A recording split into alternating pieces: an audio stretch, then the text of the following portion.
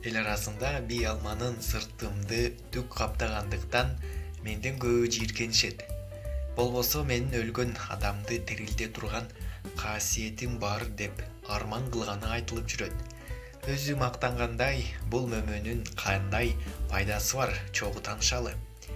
Бий алма протеин, шекер, органикалык кычкыл заттар, А, Б, К, С витаминдери жана темир, жез, калий сыяктуу минералдарга бай.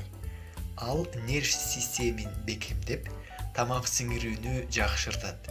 Тери менен тырмакты жылмакай жана жалтырак кылат. Сасык тумоого да жакшы жардам берүү менен тезирээк айыууга шарт түзөт. Жүрөк, боор, тамак ашказан, көз ичеги ооруларына жакшы жардам берет. Кандагы холестериндин өлчөмүн азайтат. Курамында шекердин өлчөмү аз болгондуктан кант диабети менен жабыркагандарга да пайдалуу. Жалбырагы ооздогу жараларга, тамак оорусуна пайда жана чачтын эрте агарышынан алдын алат. Бул үчүн бий алманын өзүн же жалбырагын кайнатып, суусу менен оозду чайкоо керек. Ошондой эле жалбырагынан демделген чай өзгөчө тынчтандыруучу касиетке жана уйкусуздукка да. Элдик медицинада ортосу оюлуп, сары май же койдун куйругу салынып бууга бышырылган бий алма какырыкты чыгарууда жана дем алуу системиндеги өнөкөт илдеттеринде колдонулат. Эскертүү: дарылардан мурун дарыгерден же элдик табыптардан кеңеш алыңыз. Ширеси ич өткөккө жакшы жардам берет. Мындан сырткары чарчоону жазып, маанайды көтөрөт. Ооз көңдөйүнүн жагымсыз жытын алдын алат.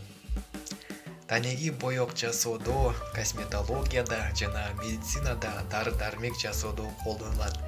Эриндин жарылып кетүүсүнөн алдын алуу жана айыктыруу үчүн танегин кайнатып, суусу менен жууш керек.